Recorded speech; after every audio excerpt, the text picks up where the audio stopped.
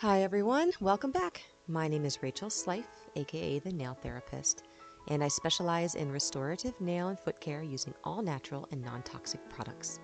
Today I'll take you through a pedicure featuring a woman who has avoided any foot care over the past 18 months due to a negative experience at another salon.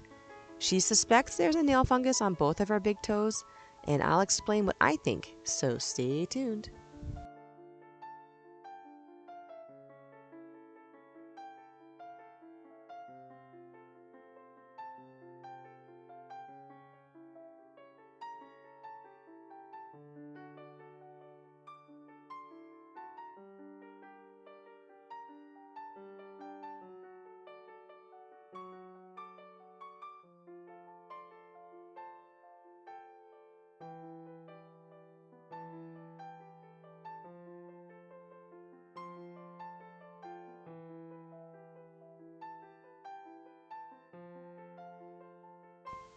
On this big toe, you can see that she hasn't really even clipped her own toenails. They sort of ripped a little bit, and on the corners, they're curled in quite a bit. On that left side, it's very tight, so I couldn't even get my nippers up there to clip the corner out.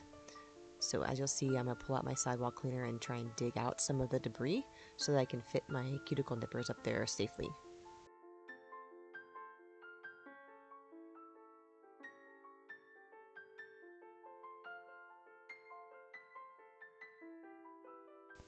So as you can see, there was quite a bit of debris up underneath there, old dead skin cells, and once that was cleared out, I could just squeeze my nippers underneath there. And I'm not really clipping out the corners, I'm just clipping down the length of the free edge.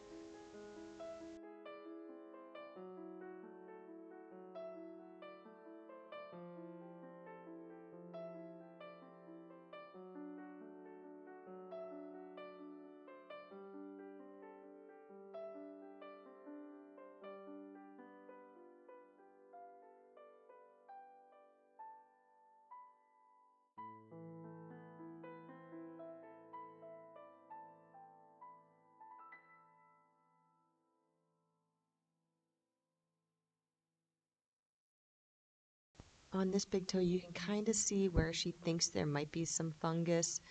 On the corners, it's sort of got a darker brownish orange tint, and there's that whitish spot kind of on the center of the nail that travels towards the free edge. It just looks like, here, I'm going to zoom in here. You can kind of see what I'm talking about. It just looks a little bit cracked. So what do you think? Do you think that there is something going on here, or what are your thoughts? What do you think could be happening?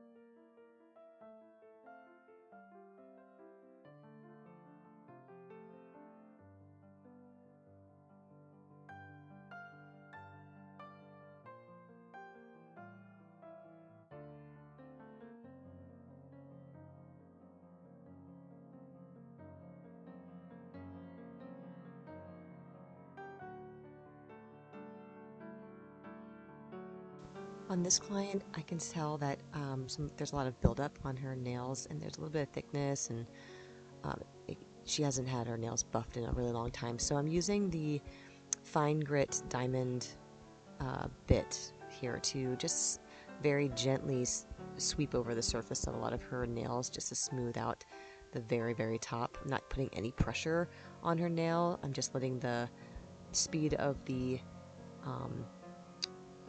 nail bit and the grit do its job. So no pressure, otherwise you don't want to gouge the nail.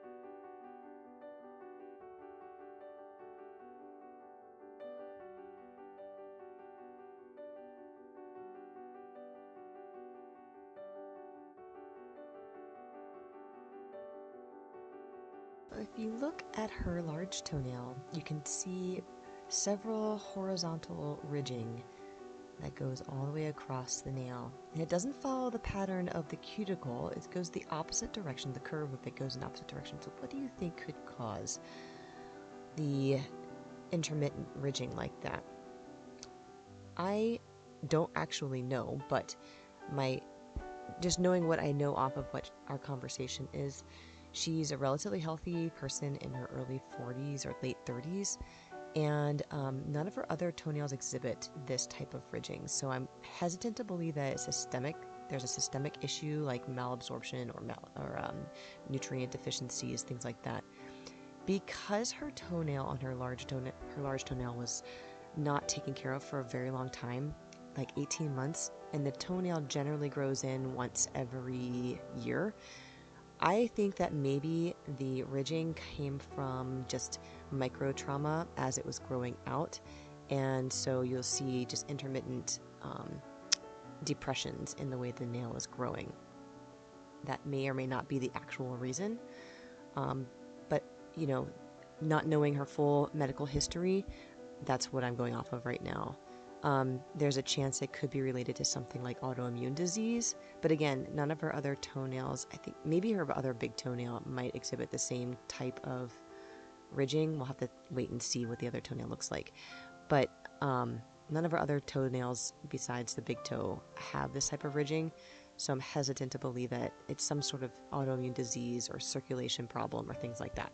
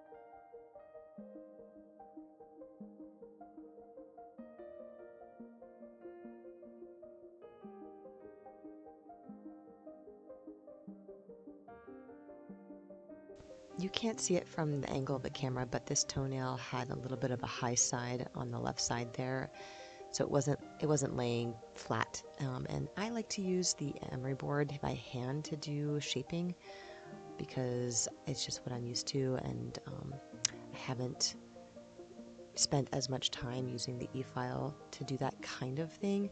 So you'll see me going across some nail plates with the emery board just to smooth out, ridges or delamination, or with that other toenail, just a high side to make it smooth and so that everything looks symmetrical between all the toes.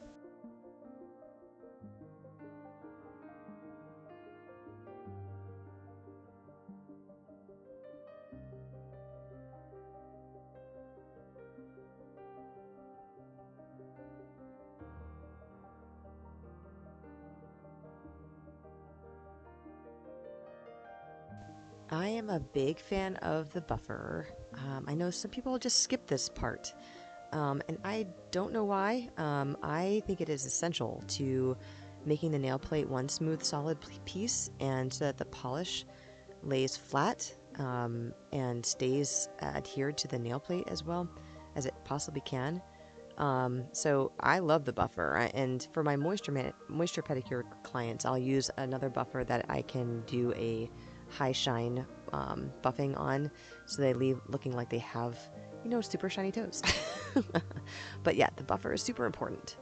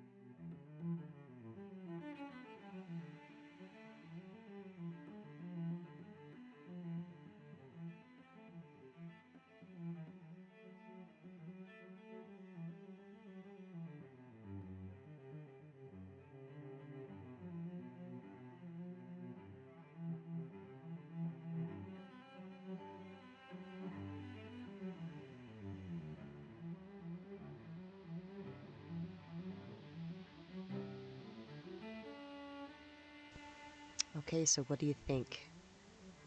Does this look like white superficial onychomycosis, or does it look like something else? This is a bad case of WSO, but you can see up close here that there is some cross-hatching and almost like a grid-like pattern of the nail plate where the fungi have started to eat away. And you can't see up close in my video because it's not super clear. It doesn't, not high definition like that, but you couldn't really see that kind of appearance in her nail. It was more kind of all over the place. There didn't seem to be any sort of regular pattern to the destruction of the nail plate.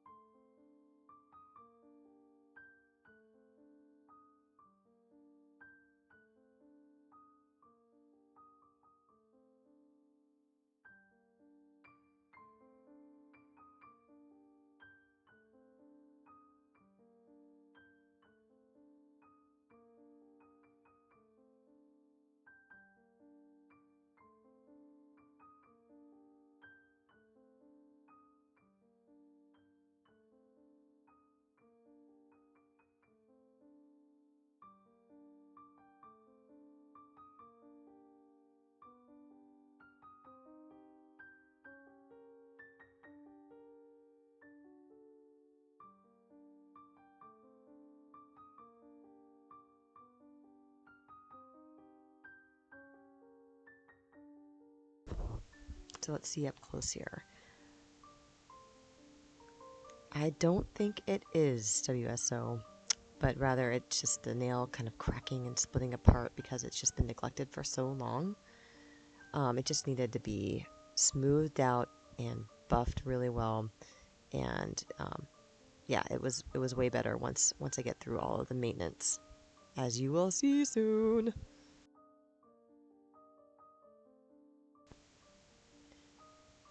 And you can see once my hand is out of the way here too that there is a little bit of intermittent horizontal ridging on this toenail as well. So I think it's just from, like I said, the lack of maintenance and just the nail being knocked with micro traumas over the past 18 months. That probably was what led to all of those little ridges.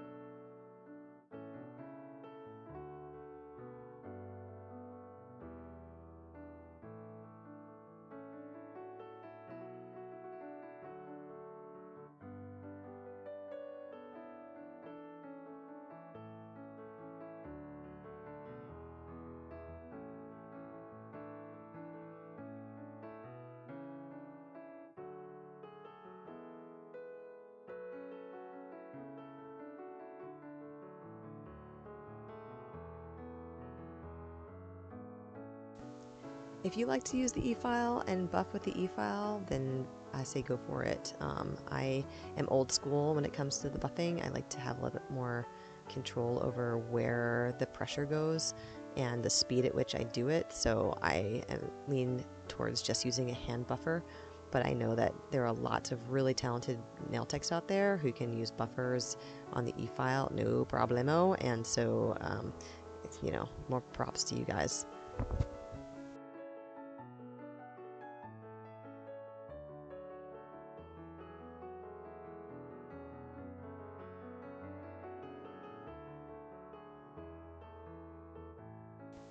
But as you can see, once I'm done buffing, the damage to the nail plate is virtually gone. So the client was like super impressed with how different her nails look just in this, from the beginning till now. So I'm showing her right now what her nails look like. She's oohing and eyeing. So have no fear when you see a presentation of a nail plate and you're not really sure if it looks like it's fungus or not. You never really know until you start kind of doing something to it and seeing how it behaves. Her nail plate felt completely normal. It didn't flake off or do anything, like crumble or anything like that too. So I felt pretty comfortable and confident that it was not going to be a fungal situation.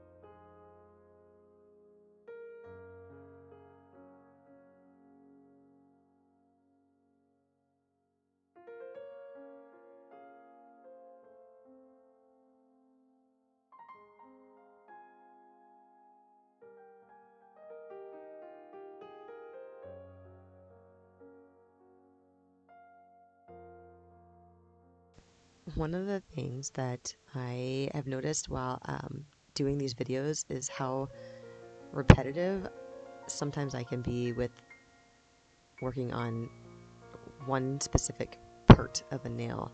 I don't even realize I'm doing it when I'm doing it because I'm having conversation, or I'm just, I just doing what I know I need to do.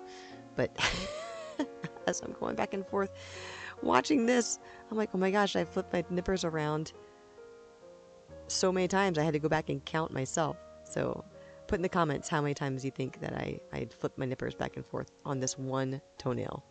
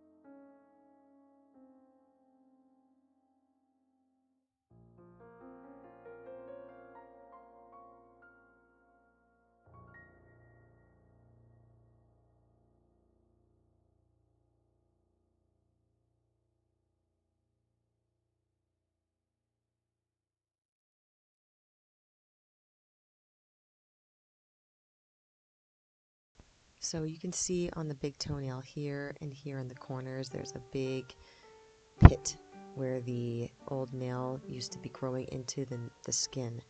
As she maintains the length and health of her nail, those pits will start to fill in.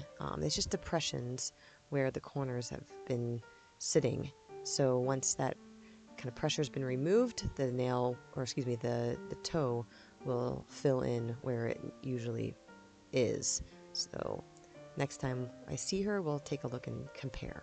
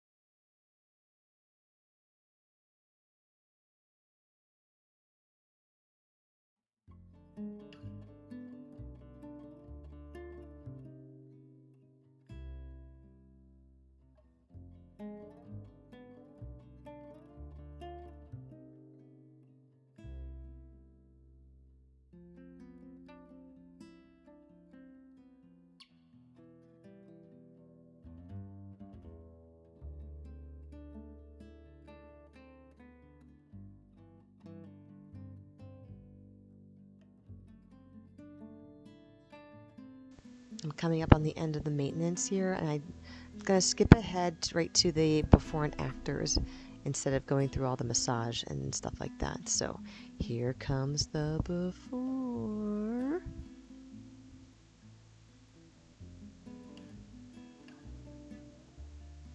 and the after.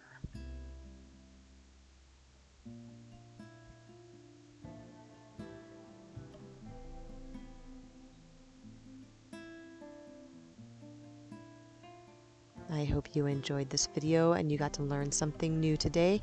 Thank you so much for watching, and I'll see you again next time.